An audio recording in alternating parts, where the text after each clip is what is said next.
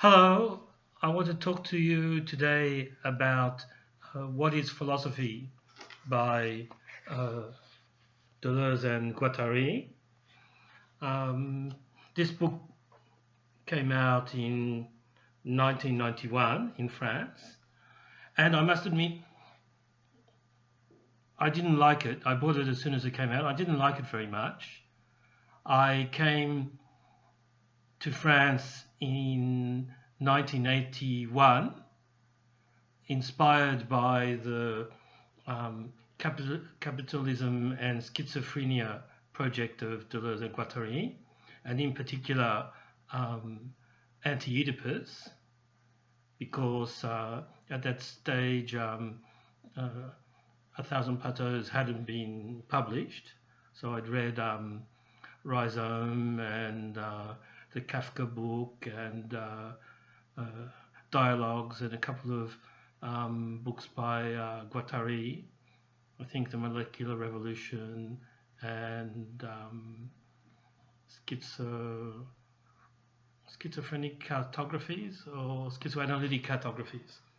Anyhow, I came to France in 1981. I attended Deleuze's lectures. It was already a big shock to me that Deleuze had stopped talking about that Capitalism and Schizophrenia project, but had started talking about the cinema. So I attended his lectures for 7 years. I adapted to the change in content and found subterranean links between the cinema project and the previous project of Capitalism and Schizophrenia. After that, I left Paris and came to the south of France. So I was all excited in 1991 when this new book came out. And I must admit, I was disappointed. It's only with a lot of time passing that I came to find the sorts of things in it that I like in Deleuze, and that I came to a better appreciation of it. In particular, I think one big thing that helped me come round to seeing this project in a new light was reading it again after the publication of Badiou's third book in the Being an Event series. The third volume is called The Immanence of Truths. And I came to see that What is Philosophy could be called the third volume in the Capitalism and Schizophrenia series, and that in fact it's a book about the infinite and the absolute. But to be able to see that, I needed to wait how long? 30 years almost, till Badiou's book came out. That's not the only thing that reconciled me to the book. I came to see that, in fact, the book, in a certain sense, should be read, I suppose you could say, like a manga from back to front. So I want to explore these things in the course of talking about the book. I probably won't get very far today. I'll probably only do, at most, the first paragraph, and possibly only half of the first paragraph, but we'll see how that goes. Why didn't I like the book? And there are several reasons. One is that from the beginning, Deleuze and Guattari are making all these distinctions and demarcations between philosophy and science and art, and they say that philosophy creates concepts. This is a spoiler for later on, but science doesn't have concepts, and I think that's just crazy. And then it's only at the end of the book that they start talking in that more deterritorialized way that we were used to in the two preceding volumes of Capitalism and Schizophrenia, and they explain how there can be works that cut across these distinctions and demarcations, and that that's the sort of work one can aspire to. And I think that I didn't see it clearly, but that sort of peak, if that's the right word, towards absolute deterritorialization and infinite speed that we get described and perhaps embodied at the end of the book is already there, operative, in this first paragraph. So maybe I should read the first paragraph. Well, first I'll read the first sentence, because I'm not happy with the way people have reacted to this first sentence. Maybe this was one of the obstacles to my own first reading of the book. So I'm reading from the French, as usual, and I'll translate, and then I'll compare my translation with the official English translation. So in French, the first page is the beginning of the introduction. We have introduction, and then ainsi donc la question, ... In English, we have on the same line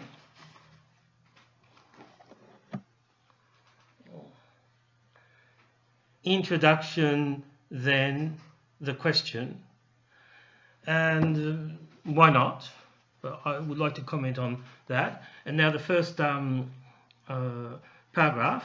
Perhaps one can only pose the question, what is philosophy, late, when old age comes and when comes the time to speak concretely. When comes, I said the time, but in fact I want to say when, and the hour to speak concretely as well. The English translation says, the question, what is philosophy, can perhaps be posed only late in life. Well, they're adding in life. In French it says late. Obviously you can understand late in life, but I think there's a sort of Hegel idea that it's late, it's at dusk, the owl of Minerva spreads its wings only at dusk. So late in life narrows it down too much. So the question, what is philosophy, can perhaps be posed only late in life, with the arrival of old age and the time for speaking concretely. So a first thing is, in French, the order is different, as with the title for the introduction, but I'll just keep to this first sentence of the first paragraph. The French begins, perhaps. So this is interesting because we're beginning in uncertainty in the perhaps, where in Anti-Oedipus we begin with ça, with it, and in A Thousand Plateaus we begin with nous, we, which is a multiplicity. So I think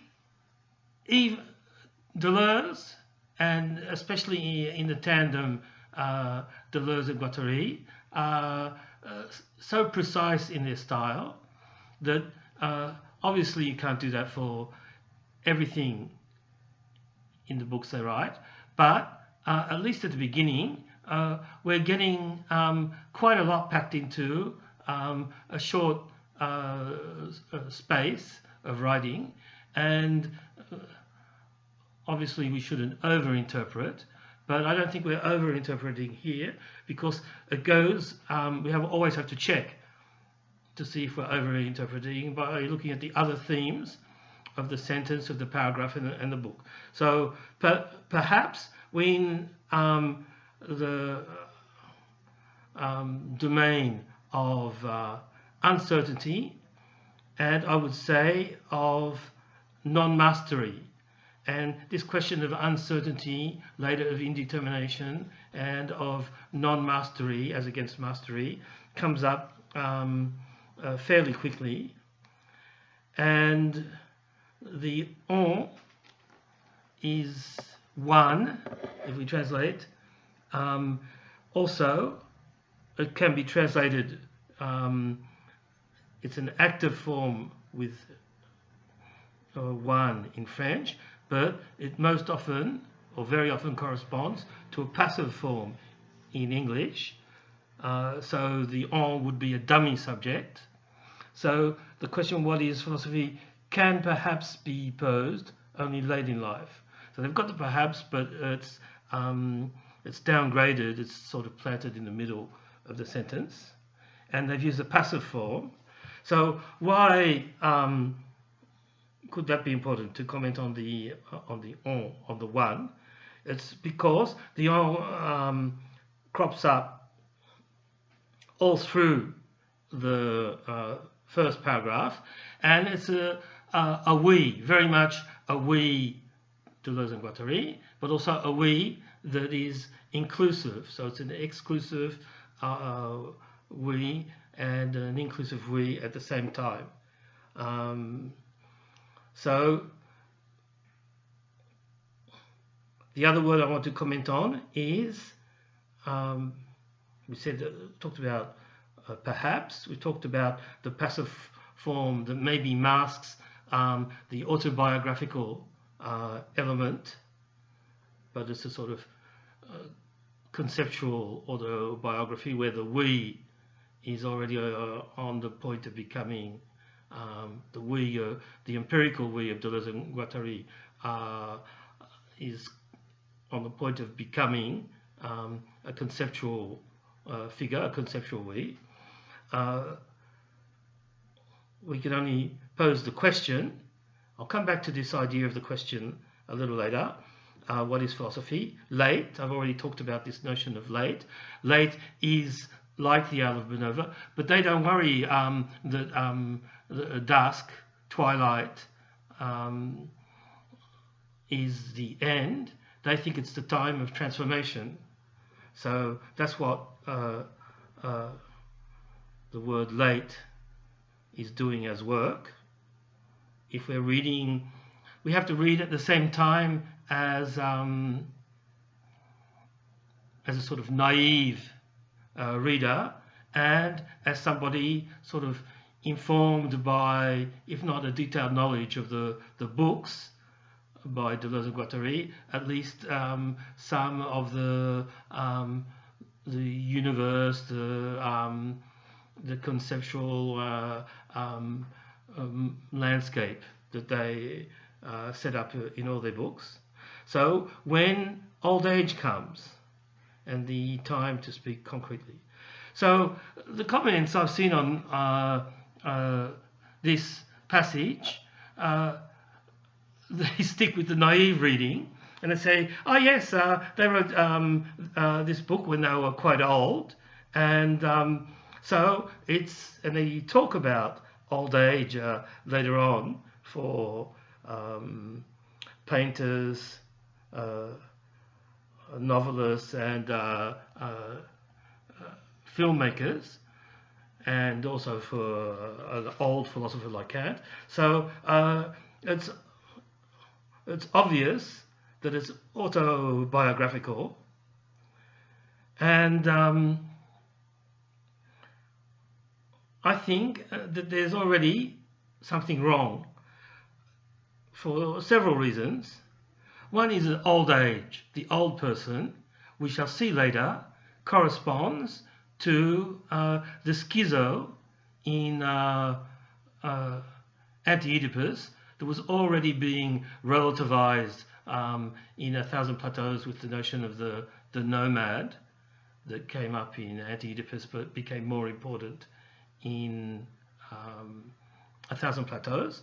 And the old person, or maybe we could say the senior, is the conceptual figure that presides over at least the beginning of this book. So old age here is not empirical old age. As in all of Deleuze and Guattari's work, it's a conceptual figure, a conceptual character, a conceptual persona, a conceptual mask, translate it as you will. And empirically, this book was published in 1991, so Deleuze was 65 years old when it was published, so they were writing it for a while before, and went on, I think, to live another 5 years. Guattari was only 61 and died the next year of a heart attack. And so 65 and 61, maybe when I could forgive university students who were in their early 20s reading this and saying, oh yes, it's a book of old age. But I can't forgive the sort of older commentators who read this and say that's old age. That's not old age today, and I don't think it was old age 30 years ago when the book was published. Badiou published Immanence of Truths when he was 80. So that's a book of old age, if you want, and a very powerful book at that. This is a book by people who were sick. Deleuze knew he was sick and eventually committed suicide. Guattari, I think, had been sick for quite a while and knew about it. Maybe he didn't know that he was going to have a heart attack, but he sort of knew he was sick. So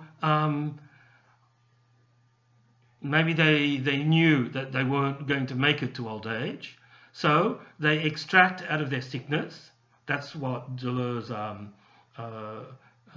recommends as a method.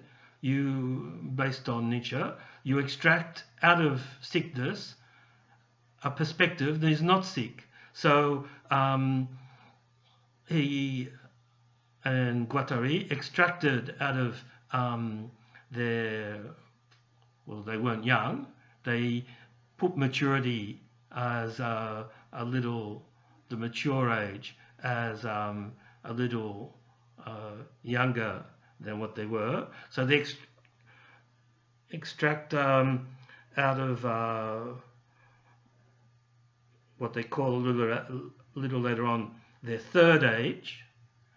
And we can think that if we're following things literally, old age would be a fourth age.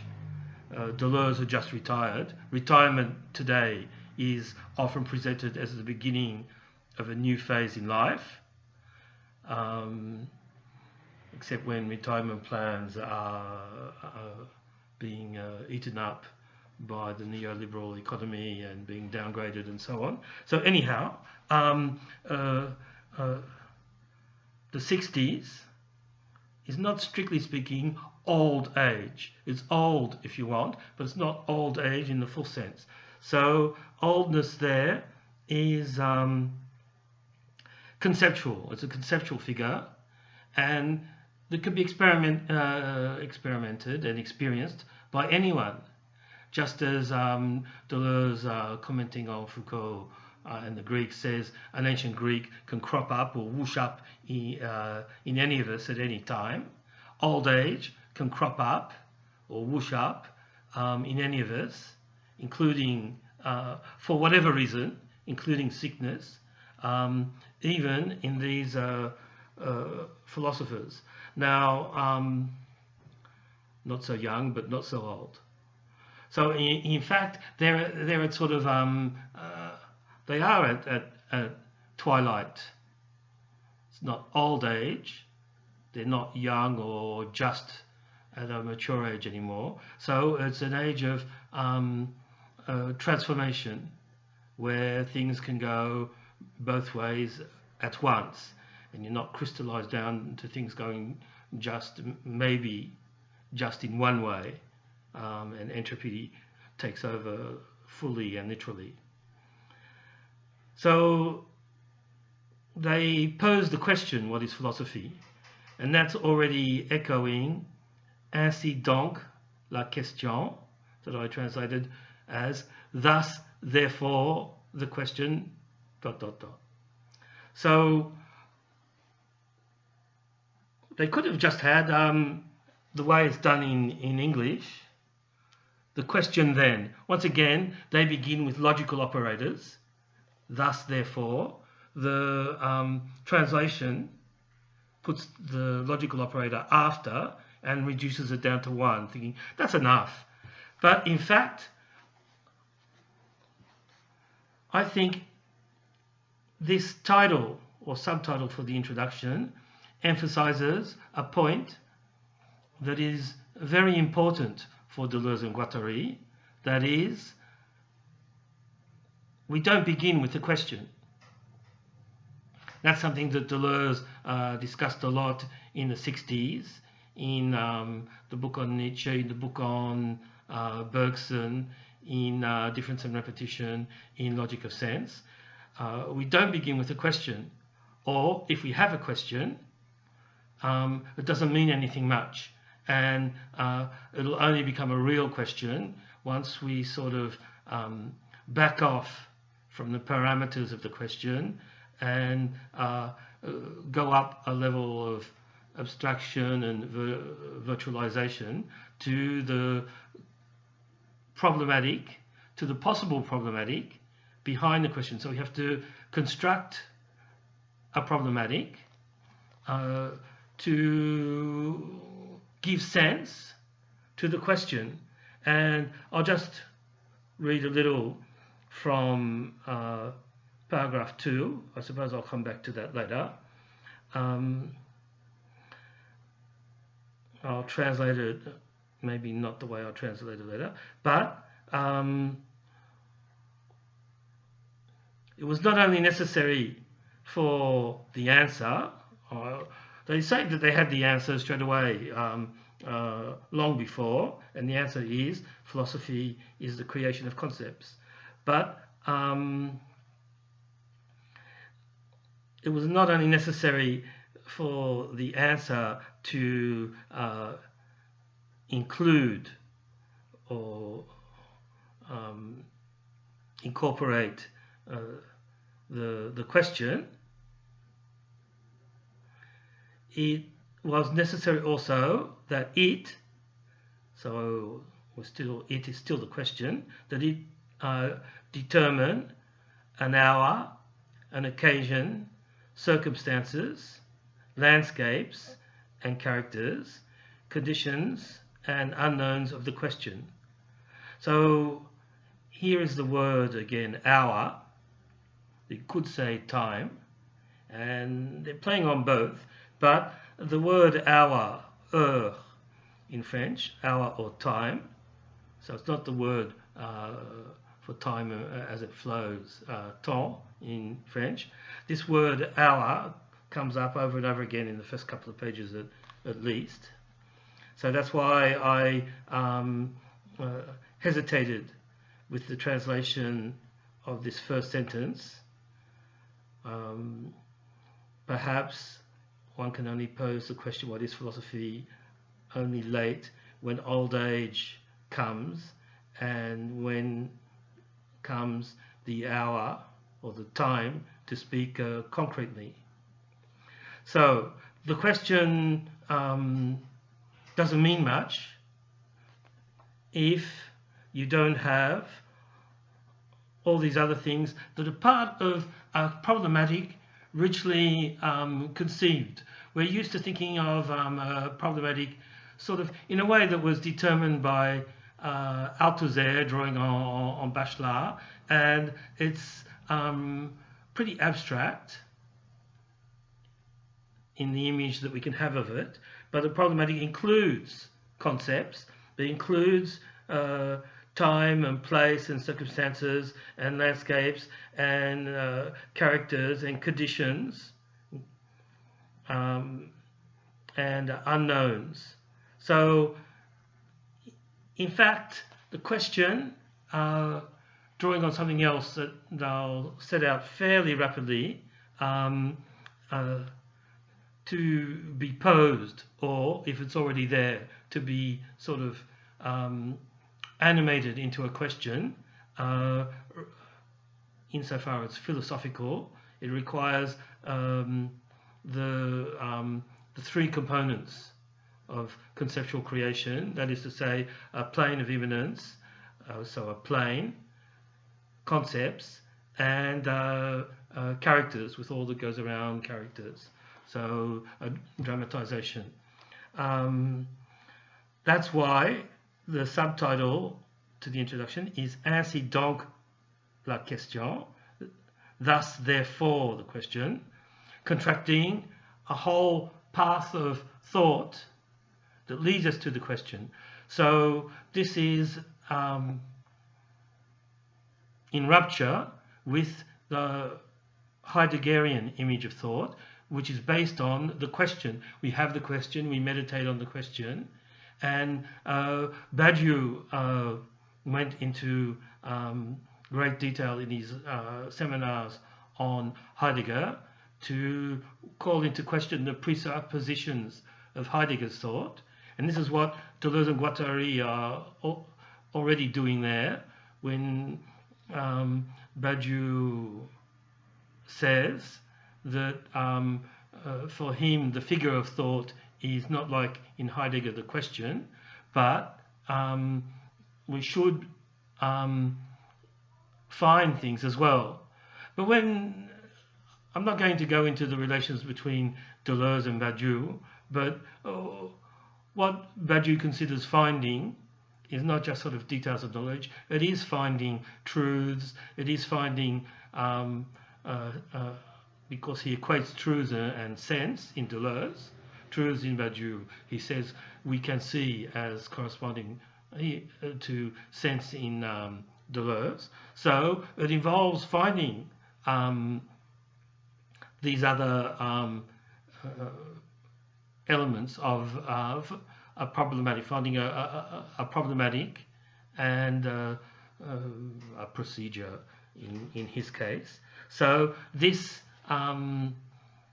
this methodological concern is shared by Deleuze and Guattari and by Badiou.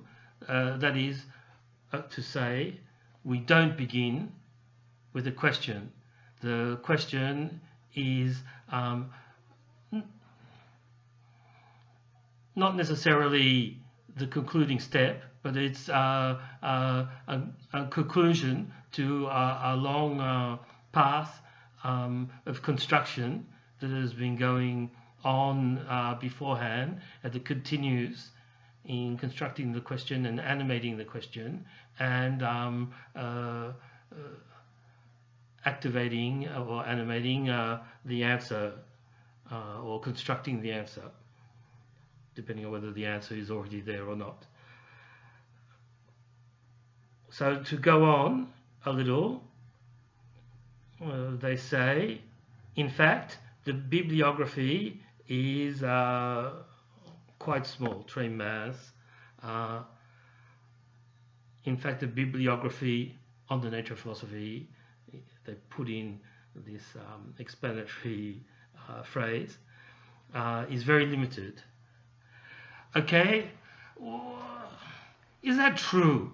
I mean, there are lots of books nowadays about the nature of philosophy, what is philosophy, but they're not themselves for a large part, they're not themselves philosophical in the full-blown sense that one can attain to after the long sort of conceptual path that Deleuze and Guattari are surveying as, in some sense, chronologically behind them, but from the point of view of intensity is a sort of co-present field that is innovating their asking of the question.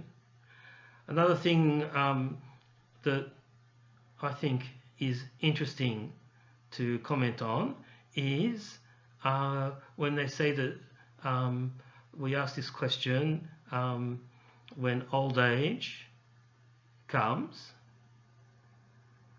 So not when we're in a state of old age. This is where people go wrong in reading and commenting on this text. There's no such state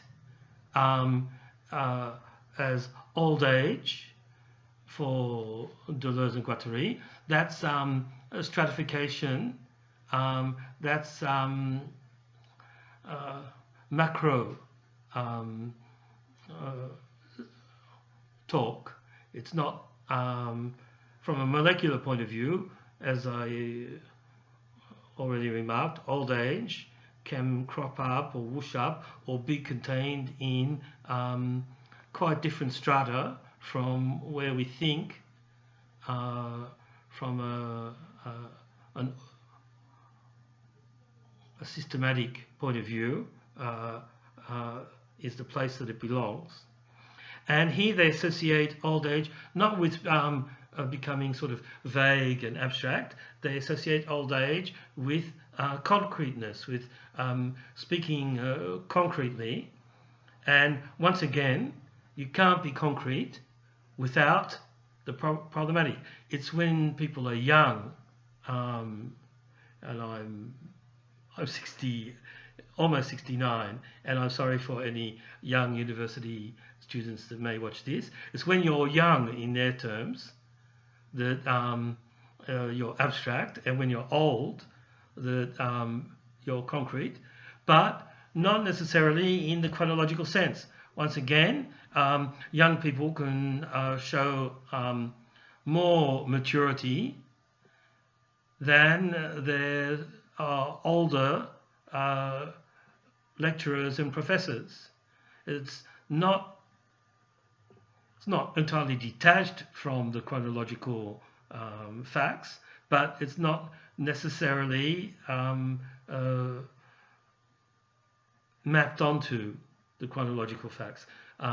This conceptual, which they also called intensive, perspective is not necessarily aligned with the chronological perspective. So young abstract, old concrete.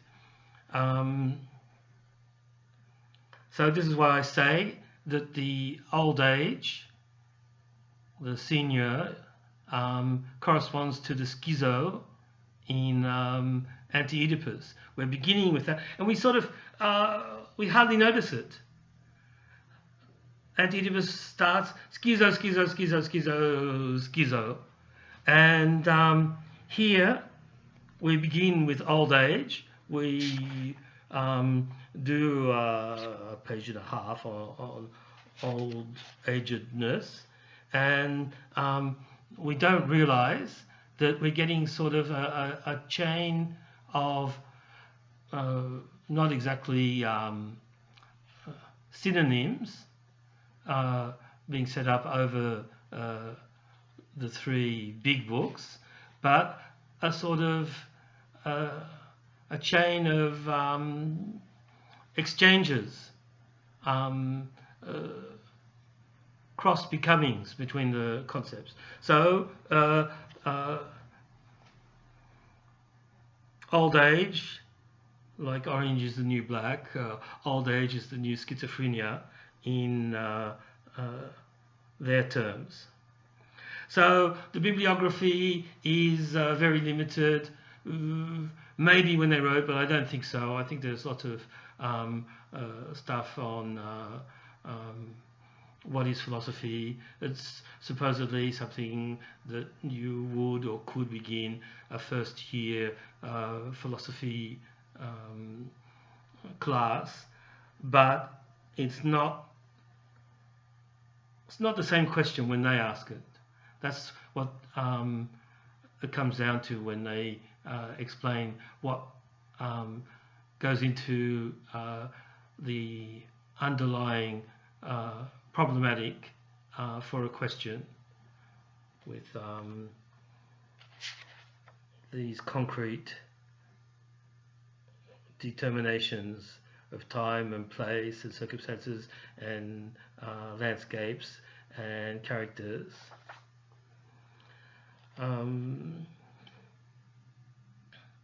It's a question that one asks or poses in a discrete agitation. The translation translated in a moment of quiet restlessness. So that captures this idea. There's a sort of contradictory state. Things that are separated out in the ordinary perspective, when you take on the old age or the schizo or the deconstructive or perspective, are not necessarily separated out, which is again an answer to why I didn't like this book in the first place, because after we're going to have separated out chapters on concept, plane, conceptual characters, geophilosophy, and then philosophy, science and logic and art. So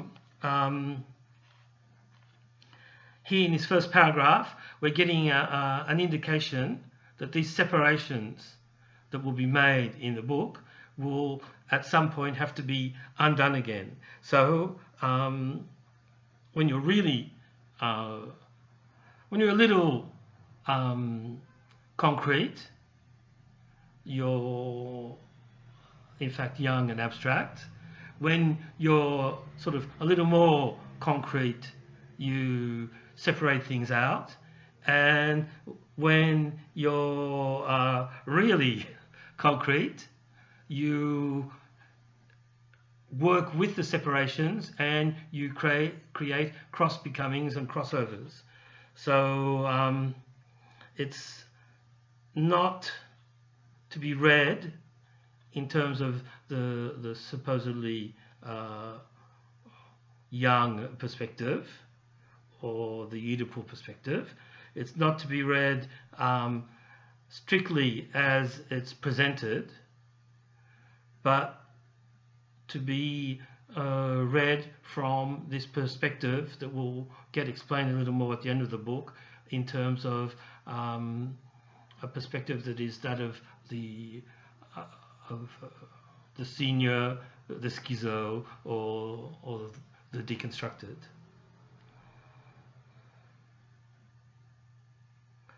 So it's a question that one asks in a discrete agitation or a quiet restlessness at midnight. So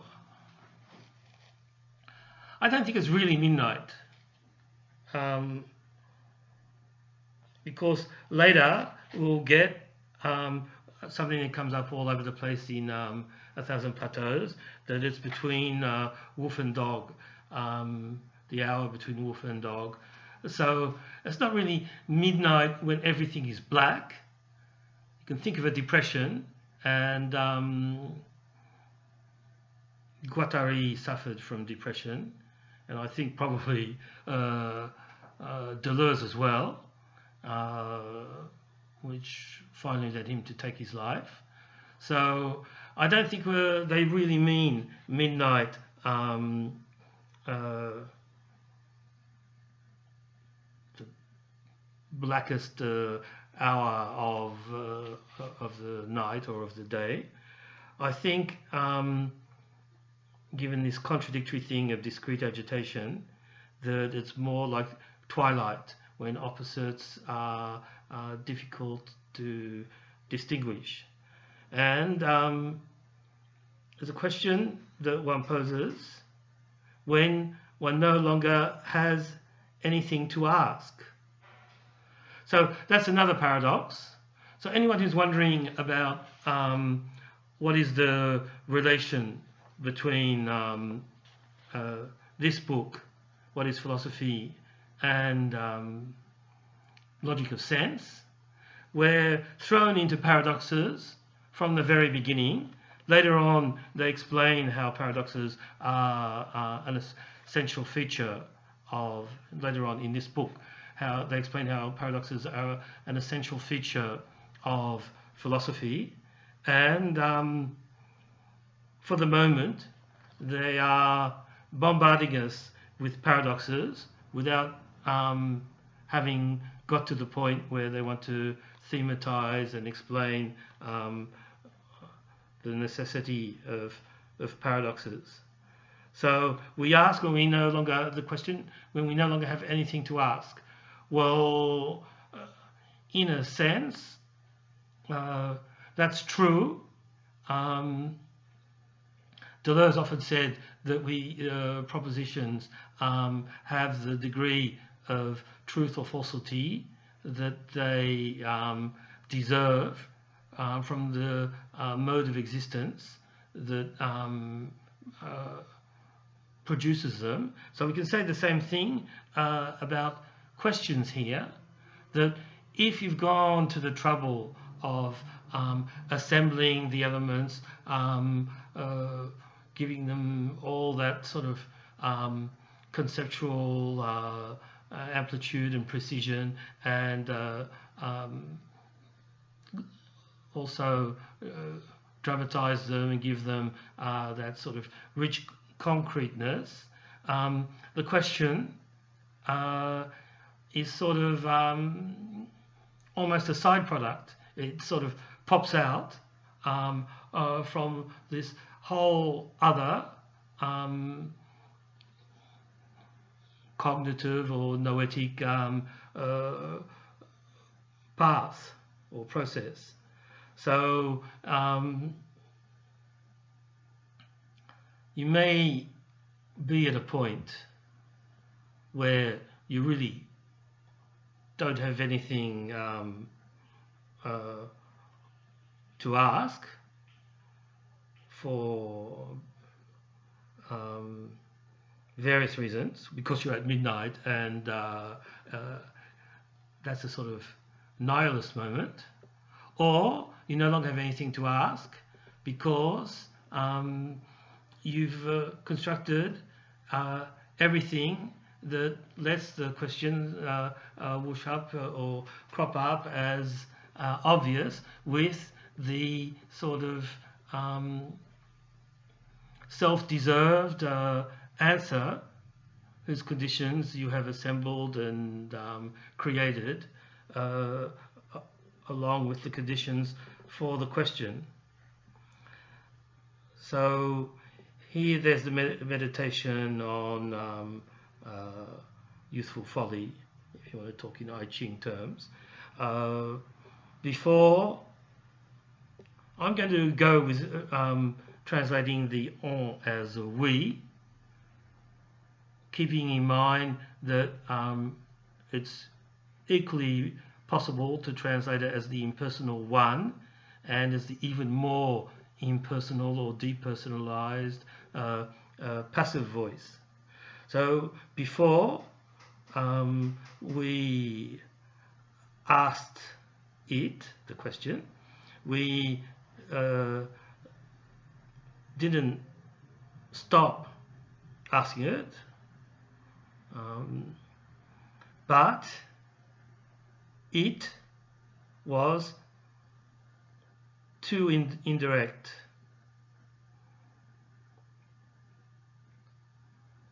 the it there can be the question, I suppose, or the asking. That gives a slightly different perspective on how you see this passage. It was asked before, it was always being asked, but too indirectly. So they translate it as adverbs to put the emphasis on the process of asking. So I think that's right, even though it's adjectives in the text. So it, that is to say the asking, was too indirect or oblique, too artificial, too abstract, and one set it out, or what they set out is the question there.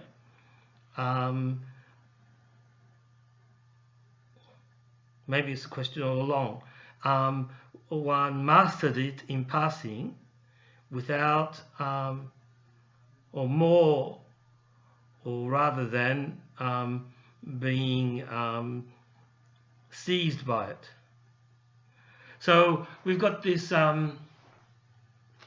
question that is too indirect, too oblique, too artificial, too abstract, and I think it's wrong in the translation. Instead of being seized by it, those who asked the question set it out and controlled it in passing. They were not sober enough. I think the one, the on, is inclusive of themselves and indirectly of us. That there's a way of asking the question that's not mature enough, that's not the right attitude, and we ask the question and it's too intellectual, and so in a way, if we apply the three criteria of conceptual creation that come up later, that is the plane, the concepts, and the conceptual characters and all that goes with that, landscapes and places and times and so on.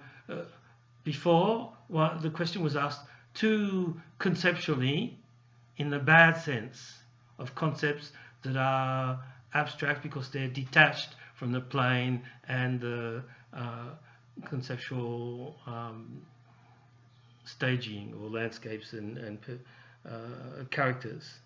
So it was too abstractly conceptual, and so it was not vital. We were not seized by the question, wondering, oh, this is happening, but what's going on underneath? And that's where you get real questions for Deleuze, when you're saying, what is the deeper thing that's going on? And the example of that is the idiot in Dostoevsky. And the deeper thing is always the problem and the problematic, and how it's being constructed, or how it can be sorted out.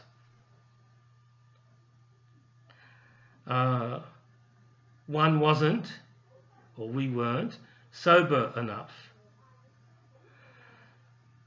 So this idea of sobriety comes up a lot in Deleuze and Guattari's work, and one way of seeing it is in comparison with abundance, a sort of profusion of ideas, the sort of know-it-all intellectual who has read everything and has an answer to every question that Deleuze in the ABC Primer projects onto Umberto Eco as that sort of frightening individual that has read everything and can sort of crank out well-analysed opinion concerning anything. That's the abundance. And austerity is where you just don't have the means because of various types of oppression with work or poverty or not being in the right milieu to get social stimulation and approval and so on. So neither abundance nor austerity, something that the capitalist economy is imposing on us more and more. The rich get richer and the poor get poorer, and including intellectually, and that will be the austerity or poverty. But it's sobriety. So sobriety is something that you can extract from abundance. One example that Deleuze gives is getting drunk on pure water, which is being sober, and so you're extracting both sobriety and drunkenness from your own previous experience or other people's experience of drunkenness or taking drugs or going crazy. So the sobriety is the sort of notion of the schizo that's gone into breakthrough and not into breakdown. So it's not the clinical schizophrenic. And so this sobriety is in resonance with the concept of old age.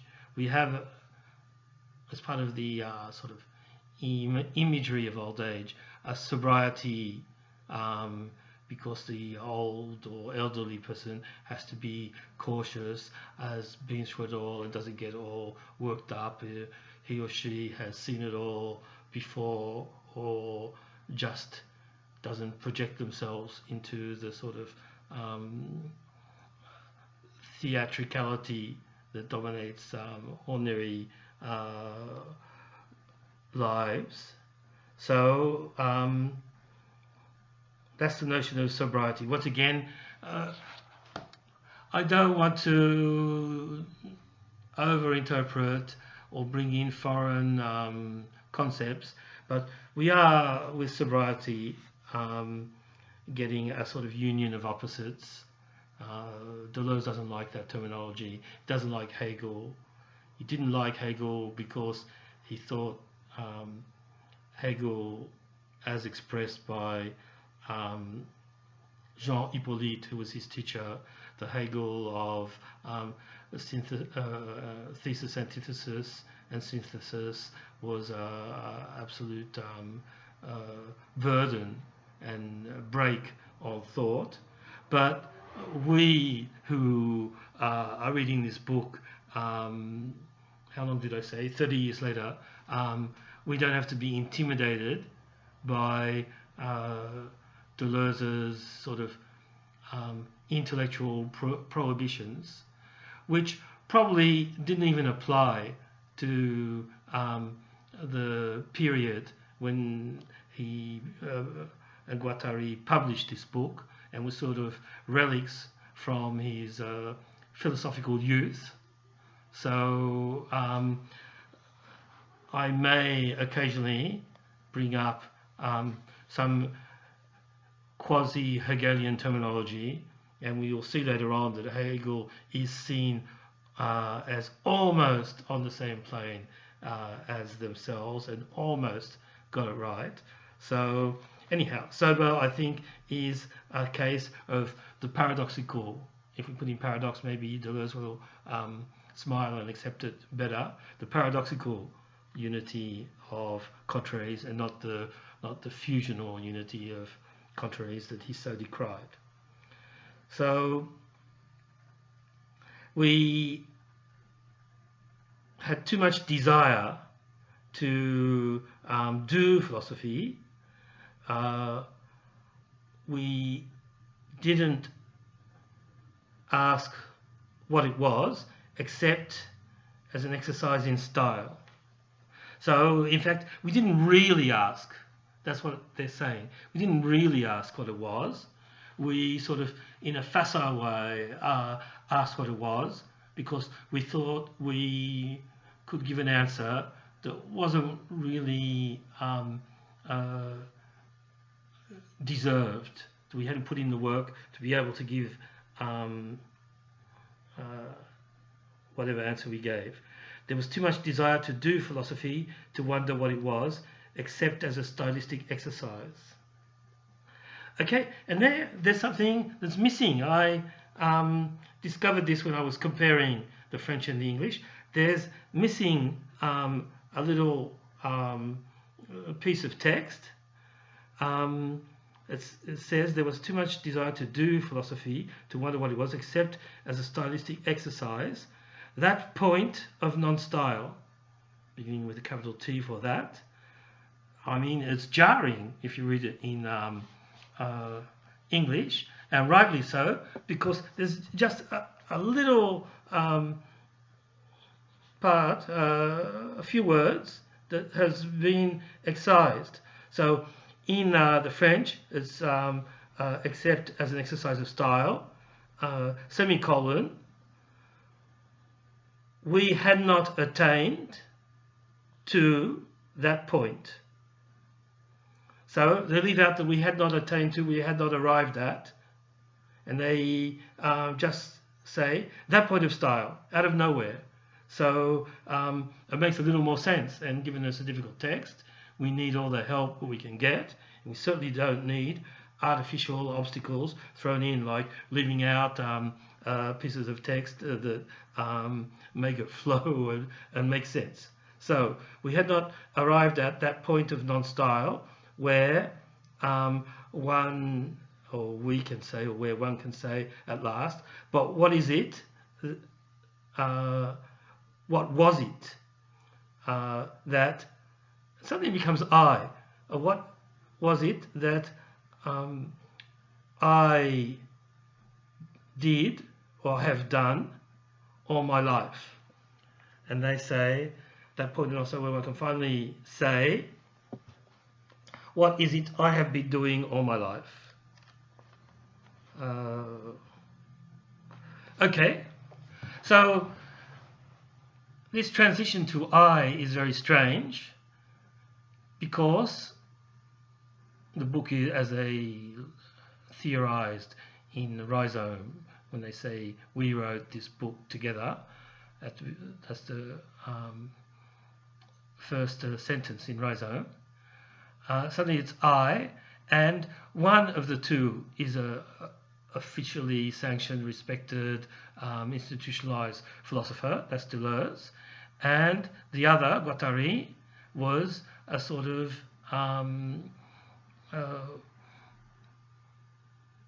wild, in a sense, although he worked in an institution at Laborde, a sort of wild psychoanalyst, but officially went through the whole process of analysis with Lacan, I think. So, and in a sense, the answer at first glance is different in the two cases. Deleuze's answer, viewed from that angle, would be a sort of survey of his curriculum vitae and looking at all the books and articles he published and all the classes he gave, and say, what is it that I've been doing all my life?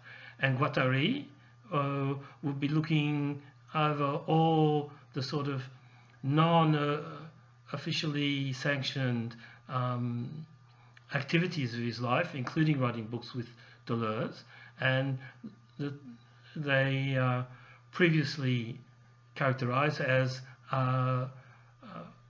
becoming philosopher or a philosophical becoming. So I think the fact that they're posing it as I, once again, it's paradoxical. We're getting a union of opposites, if I'm allowed to say that, and the thought police don't jump on me. And that's sort of pulling the question